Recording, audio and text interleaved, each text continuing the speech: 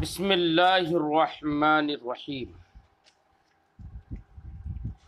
فصل فی الوضوء، یہ فصل ہے وضو کے بیان میں۔ وضو کا لغوی معنی کیا ہوتا ہے اور فقہا کی اصطلاح میں وضو کسے کہتے ہیں، شریعت کی اصطلاح میں وضو کسے کہتے ہیں، یہ بھی یہاں پر سمجھنا ہے۔ اس فصل کے اندر صاحب کتاب وضو کے فرائض بیان کریں گے، وہ بھی سمجھنا ہے۔ ساتھ ہی ساتھ وضو کرنے کے بعد اس کا کیا اثر مرتب ہوتا ہے، وہ اثر بھی سننا ہے، اور یہ بھی دیکھنا ہے، یہ بھی پڑھنا ہے کہ وضو واجب ہونے کے شرائط کیا ہیں اور وضو کے صحیح ہونے کے کیا شرائط ہیں۔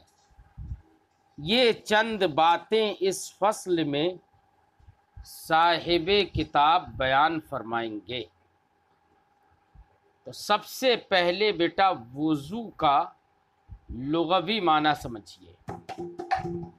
وضو کہتے ہیں دھونے کو، ہاتھ دھو لینا، منہ دھو لینا، یا کچھ مطلب مطلقاً دھونے کا نام وضو ہے۔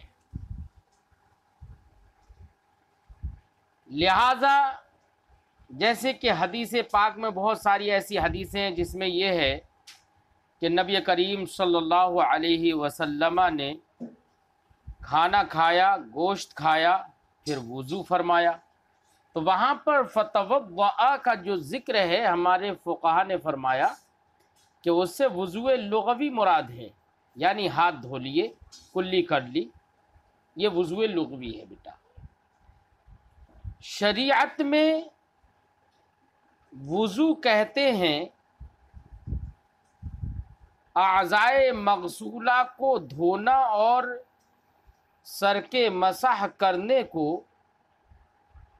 جس کے ذریعے سے نماز وغیرہ پڑھنا یا قرآن کا چھونا جائز ہو جائے، مباح ہو جائے، اس کا نام ہے وضو۔ وضو کہتے ہیں یہ فعل انجام دینے کو، اور ایک لفظ ہوتا ہے وضو واو کے فتحے کے ساتھ، اس کا معنی ہوتا ہے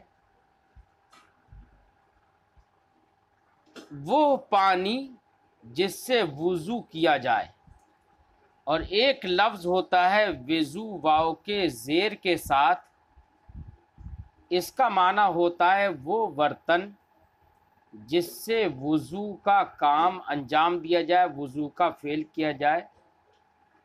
تو وضو، وضو، وضو، یہ تینوں لفظ موجود ہیں بیٹا، لیکن تینوں کا مطلب الگ الگ ہے، جیسے کہ میں نے آپ کو بتایا۔ وضو کے فرض ہونے کی دلیل کیا ہے، اور وضو کے اندر جو 4 فرائض ہیں ان کی دلیل کیا ہے؟ تو ان کی دلیل بیٹا وہ آیت کریمہ ہے۔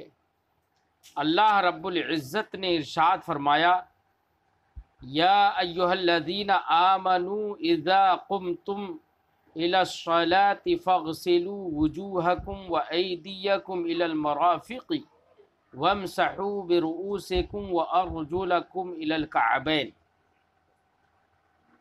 اللہ پاک نے ارشاد فرمایا، ایمان والو، جب تم نماز کا ارادہ کرو، فاغسلوا وجوہکم، تو تم اپنے چہروں کو دھو لو، وایدیکم الی المرافق، اور اپنے ہاتھوں کو کوہنیوں سمیت دھو لو، وامسحوا برؤوسکم، اور اپنے سروں کا مسح کرو، وارجلکم الی الکعبین، اور ٹخنوں سمیت اپنے پیروں کو دھو لو۔ تو وضو کے اندر جو 4 فرائض ہیں ان 4 فرائض کا ثبوت اس آیت کریمہ سے ہے۔ وہ 4 فرض کیا ہے؟ سب سے پہلا فرض چہرے کو دھونا، نمبر 2 ہاتھوں کو دھونا، نمبر 3 سر کا مسح کرنا، اور نمبر 4 پیروں کو ٹخنوں سمیت دھونا۔ یہ 4 فرائض وضو کے اندر موجود ہیں، اور ہم نے آپ کو چاروں فرائض کی دلیل یعنی آیت کریمہ بھی سنائی جس میں چاروں فرائض کا ذکر ہے۔ اب یہاں پر جو ہم نے 4 فرائض پڑھے، جو سنے، ان میں تھوڑی تفصیل رہ گئی۔ جیسے کہ ہم نے کہا چہرے کا دھونا فرض ہے، تو چہرہ کہاں سے کہاں تک کا کہا جاتا ہے؟ تو صاحب کتاب فرمائیں گے عادتاً پیشانی کے اوپر سے جہاں پر عادتاً بال اگتے ہیں وہاں سے لے کر تھوڑی کے نیچے تک، یہ تو چہرے کی لمبائی ہے، اور چہرے کی چوڑائی ایک کان کی لو سے لے کر دوسرے کان کی لو تک ہے۔ اب یہ جو ہم نے چوحدی اور یہ جو ہم نے حدود 4 بیان کر دیے، ان کے بیچ پورا جو چہرہ ہے اس کو دھونا فرض ہے۔ ایسے ہی ہاتھوں کا دھونا فرض ہے، تو ہاتھوں میں بھی یہ تفصیل باقی ہے کہ کوہنیاں ہاتھوں کے دھونے کے ساتھ ساتھ کوہنیوں کو دھویا جائے گا یا نہیں؟ تو بیٹا احناف کے نزدیک ہاتھوں کے دھونے میں کوہنیاں داخل ہیں، یعنی ہم کو کوہنیاں بھی دھونا ہے۔ جبکہ امام شافعی علیہ رحمت و رضوان کے نزدیک کوہنیاں یہ ہاتھوں کے دھونے میں داخل نہیں ہیں۔ لہذا کسی شخص نے، کوئی حنفی شخص ہے تو اس پر لازم ہے، جیسے کہ ہم حنفی ہیں تو ہم پر لازم ہے کہ ہم وضو میں کوہنیوں کو بھی ساتھ میں دھوئیں۔ اگر ہماری کوہنی کا کوئی حصہ بھی خشک رہ گیا تو ایسی صورت میں احناف کے نزدیک نماز نہیں ہوگی۔ تو کوہنیاں یہ غسل ید میں یعنی ہاتھ کے دھونے میں یہ داخل ہیں احناف کے نزدیک۔ ایسے ہی تیسرا فرض ہم نے بتایا سر کا مسح کرنا۔ اب قرآن میں تو اجمال ہے، قرآن میں فرمایا گیا وَامْسَحُوا بِرُؤُوسِكُمْ، اپنے سروں کا مسح کرو۔ اب کتنے سر کا مسح کرنا ہے؟ کیا آیا کہ پورے سر کا مسح کرنا ہے؟ تو بعض ائمہ نے یہ بھی کہا کہ پورے سر کا ہی مسح کرنا فرض ہے، اور امام شافعی نے یہ فرمایا کہ سر کے 1-2 بال بھی اگر کسی شخص نے تر ہاتھ سے چھو لیے جس کو مسح کہا جائے تو اتنا سر پر مسح کر لینا، 1-2 بالوں پر ہی تر ہاتھ پھیر لینا، یہ مسح کہلائے گا اور فرضیت ادا ہو جائے گی۔ یہ امام شافعی کا قول ہے۔ احناف کے نزدیک بیٹا چوتھائی سر یعنی 1/4، ہمارا سر کا پوری اگر سر کی پیمائش کریں تو بالفرض ہمارا سر اگر 12 انچ کا ہے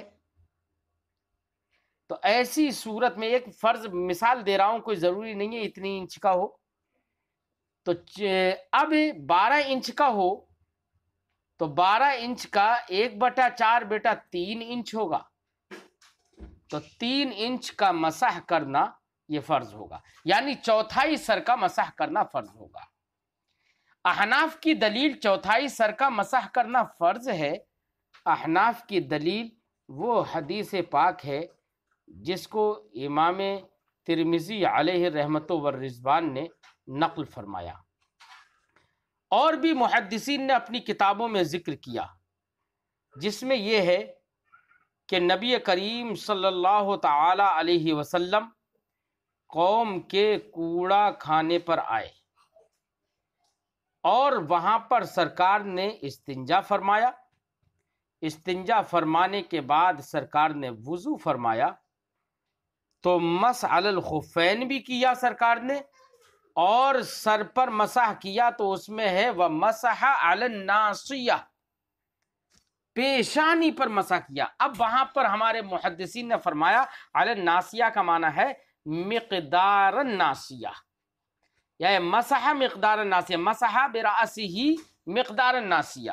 سرکار نے، ناصیہ کا معنی ہوتا ہے پیشانی، پیشانی کی مقدار سر کا مسح کیا.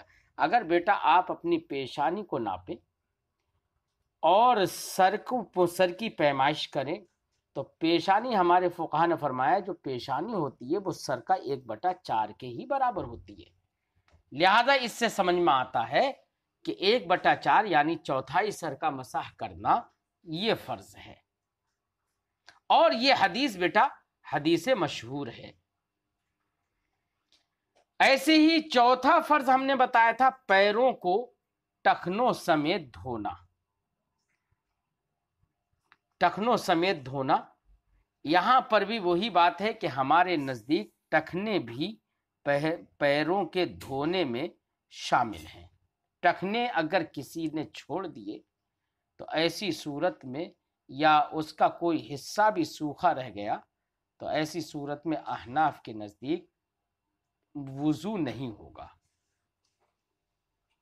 تو یہ ہم نے بیٹا اب تک آپ لوگوں کو وضو کے 4 فرائض کی تفصیل بیان کی.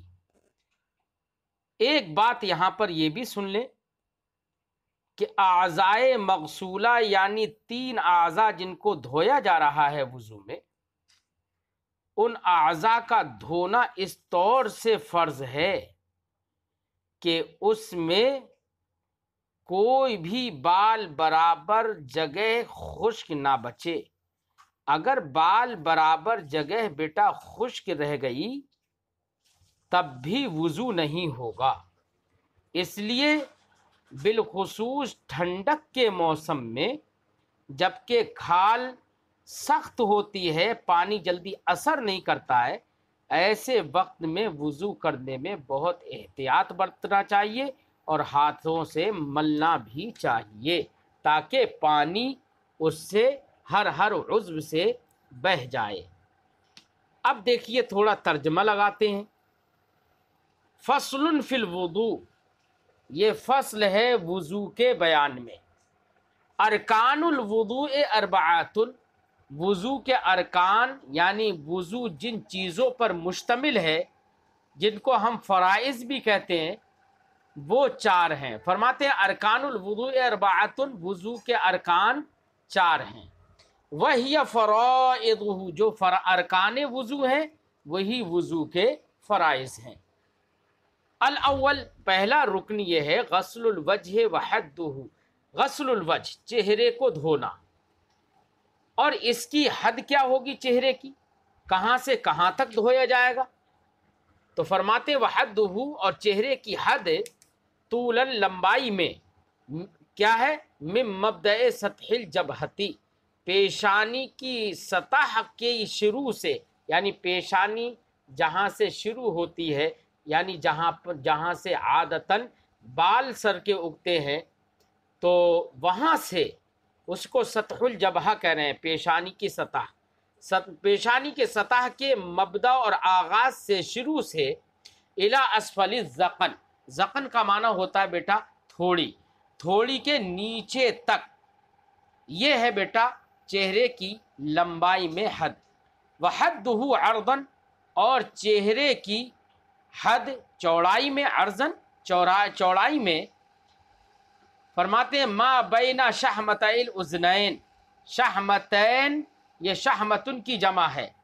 شحمتن کا معنی ہوتا ہے بیٹا کان کی لو، یعنی کان کا وہ حصہ کہ جس میں جو بہت نرم و نازک ہوتا ہے، کان کا نچلا حصہ جس کو ہمارے ہاں گدیا بھی کہتے ہیں، اور یہ وہ حصہ ہے جس میں نیچے سائڈ میں جس میں عورتیں بندے یا زیور کی کوئی بھی چیز پہنتی ہیں، جو نرم و نازک کھال سی لٹکی ہوئی ہوتی ہے، اس کو شہمہ عربی میں کہتے ہیں، اردو میں اس کو لو کہتے ہیں، کان کی لو۔ فرماتے ہیں ایک کان کی لو سے دوسرے کان کی لو تک یہ چہرے کا عرض میں چہرے کی حد ہے۔ فرماتے وحدہ عرضاً، اور چوڑائی میں اس کی حد ما بین شحمتئی الاذنین، دونوں کانوں کی دونوں لو کے درمیان۔ والثانی، اور دوسرا فرض ہے غسل یدیہ، اس کے یعنی مصلی جو نماز پڑھنے جا رہا ہے یا متوضی جو وضو کرنے جا رہا ہے، اس کے دونوں ہاتھوں کا دھونا مع مرفقہ، اس کی دونوں کوہنیوں کے ساتھ۔ مرفقن کا معنی کوہنی ہوتا ہے، اسی کی تسنیہ مرفقین، اور ضمیر کی طرف اضافت ہے اس لیے نون گر گیا ہے، مرفقہ ہے، ایسے یدہ ہے۔ والثالث، اور تیسرا فرض ہے غسل رجلیہ مع کعبیہ، دونوں پیروں کو دھونا ٹخنوں سمیت۔ رجل کا معنی پیر، رجلین دونوں پیر، تسنیہ کا نون اضافت کی وجہ سے گر گیا ہے۔ کعبین، کعبن کی تسنیہ ہے، کعبن کا معنی ٹخنا، کعبین دونوں ٹخنے، یہاں پر بھی نون اضافت کی وجہ سے گر گیا ہے۔ فرمایا الثالث غسل رجلیہ مع کعبین، دونوں تیسرا فرض ہے دونوں پیروں کو دھونا ٹخنوں سمیت۔ والرابع مسح ربع راسہ، اور چوتھا فرض ہے، ربع کا معنی ہوتا ہے چوتھائی، 1/4۔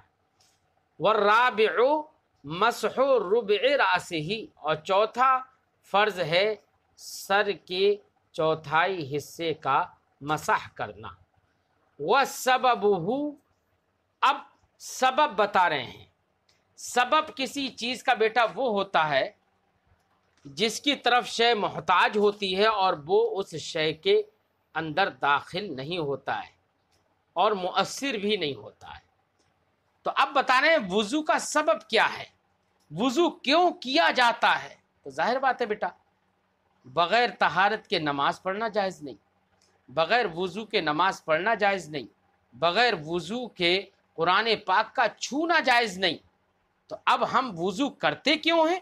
تاکہ ہم قرآن پاک پڑھ سکیں، قرآن پاک چھو سکیں، نماز پڑھ سکیں، یہی تو سبب ہے نا وضو کا۔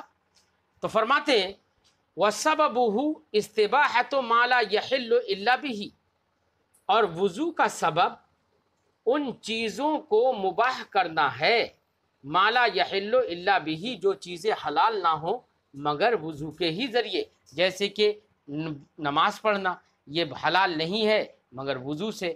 تو اب وضو نماز پڑھنے کو مباح کرنے کے لیے ہم وضو کرتے ہیں، ایسے ہی قرآن پاک کا چھونا یہ حلال نہیں ہے بغیر وضو کے، تو اب اس کو چھونے کے لیے ہم وضو کرتے ہیں تاکہ چھونا مباح ہو جائے ہمارے لیے۔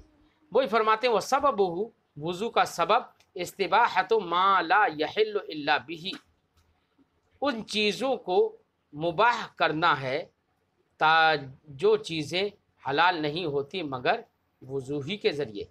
وَهُوَ حُکْمُهُ الدُّنْیَوِی، تو بیٹا حلال کرنا یہ فرماتے ہیں یہ دنیاوی حکم ہے۔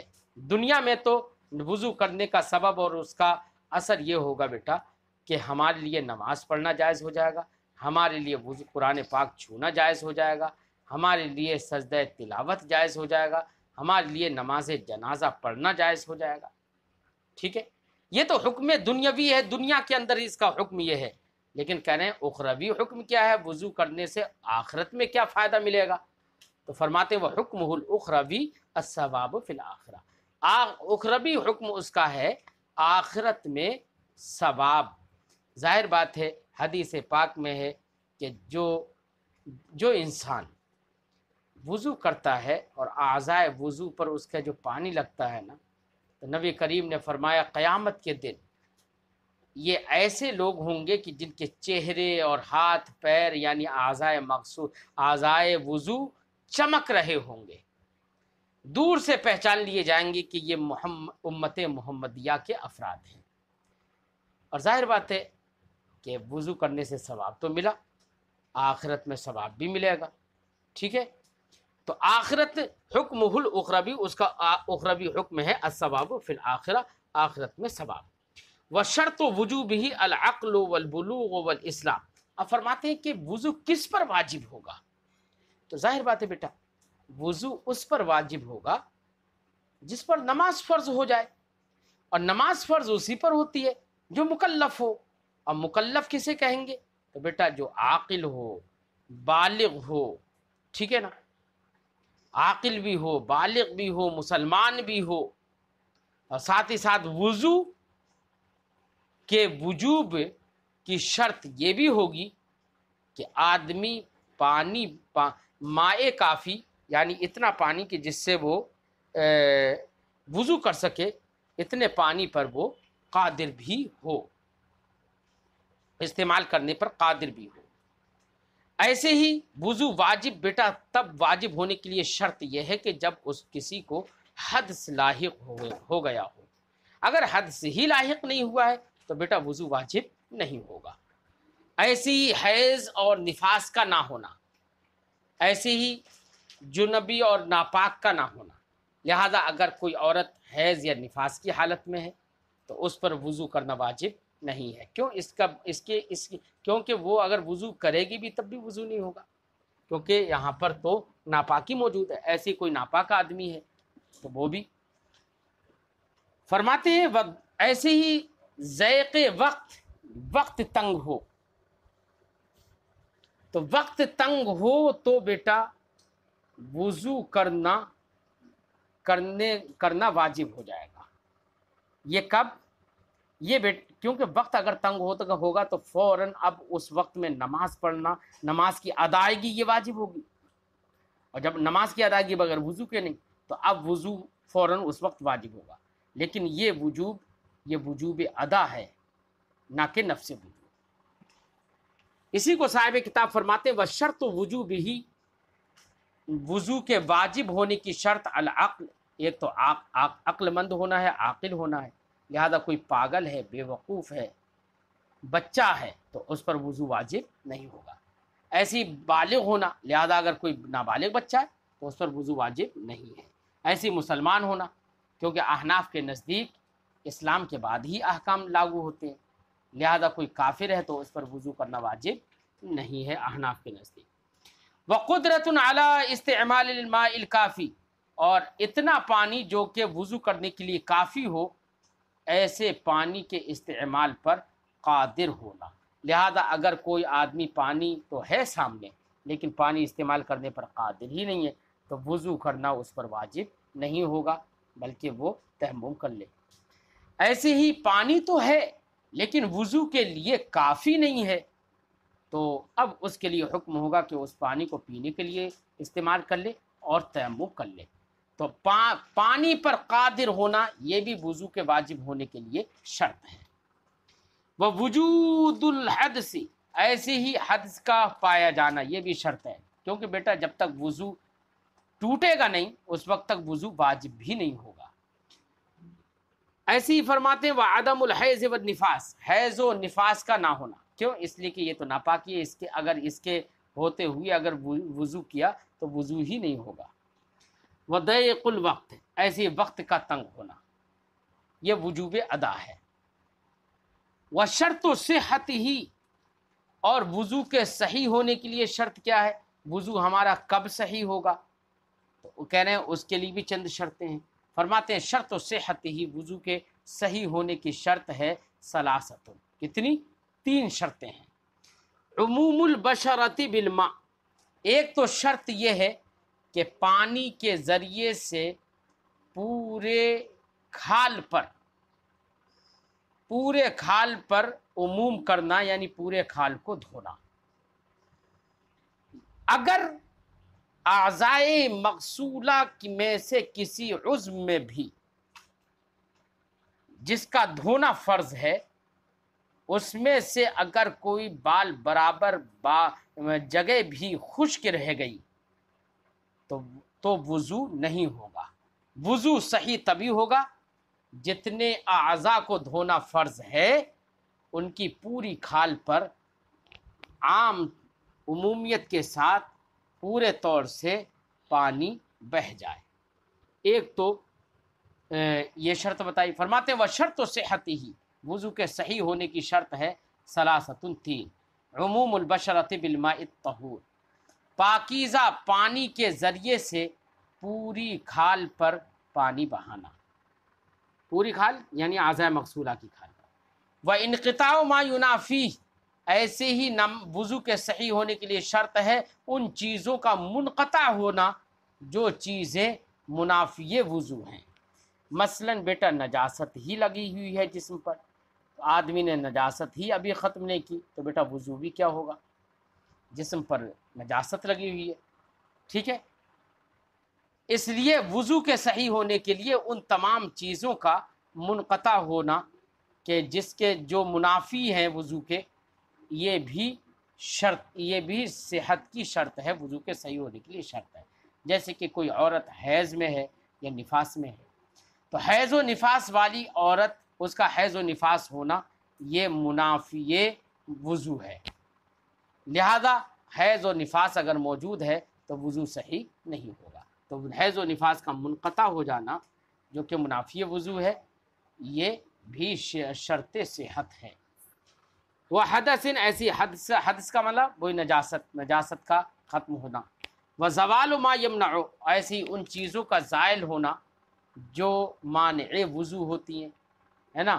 اب کیا چیزیں ہوتی ہیں مانع وضو، جو کہ جیسے کہ میں نے بتایا گندگی کا لگا ہونا، نجاست کا ہونا کپڑے پہ یا جسم پر وغیرہ، وہ زوال ما یمنع، اور ان چیزوں کا زائل ہونا جو مانع وضو ہے یا مانع صحت وضو ہیں، بلکہ یہاں پر ہے ما یمنع وصول الماء، ان چیزوں کا زائل ہونا جو پانی کے پہنچنے کو روکے، فی الجسد الی الجسد، جسم تک۔